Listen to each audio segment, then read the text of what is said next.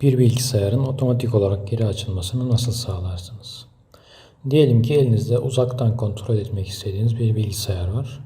Bu evden bağlandığınız iş yerinizin bilgisayarı olabilir. Ya da tam tersi iş yerinden bağlandığınız evdeki bir bilgisayar olabilir. Ve bunun sürekli açık kalmasını istiyorsunuz. Ancak bazı durumlarda bilgisayar elektrik kesintisi ya da başka sebeplerle kapanabiliyor.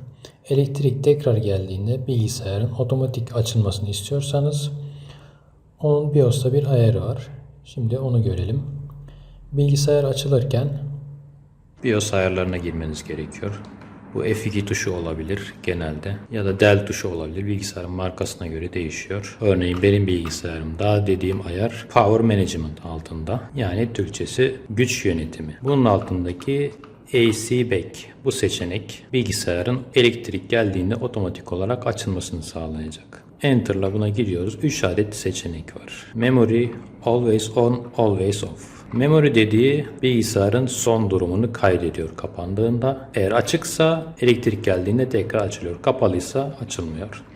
Always On dediği bilgisayar açık da olsa kapalı da olsa elektrik geldiği anda bilgisayar açılıyor. Always Off ise bilgisayarın kapalı kalmasını sağlıyor. Ben burada Always On seçiyorum. Daha sonra Save and Exit Setup diyorum. Yani ayarları kaydedip çıkıyorum.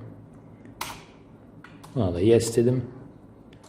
Bu şekilde artık bilgisayarımız elektrik olduğu sürece kapanmayacak. Ben masaüstü bilgisayarda yaptım bu ayarı. Ancak dizüstü bilgisayarlarda da aynı ayar vardır. Şöyle bir farklılık var. Dizüstü bilgisayarın fişinin takılı olması lazım tekrar açılabilmesi için. Yani bataryadan çalışıyorsa kapandığı zaman tekrar açılmaz. BIOS ayarları bilgisayardan bilgisayara farklılık gösteriyor. Ben burada elimde bulunan birkaç bilgisayarda aynı ayarın nerede olduğunu göstereceğim. Burada başka bir bilgisayar var. Bunun BIOS ayarına bakalım. Yine Power menüsüne geliyoruz. Burada After Power Failure. Böyle bir seçenek altındaymış. Bunu yine Stay Off, kapalı kalsın. Last State, açıksa tekrar açılsın, kapalıysa açılmasın. Ve Power On, her zaman tekrar açılsın şeklinde. Aynı ayar burada bu seçenekte yer alıyor.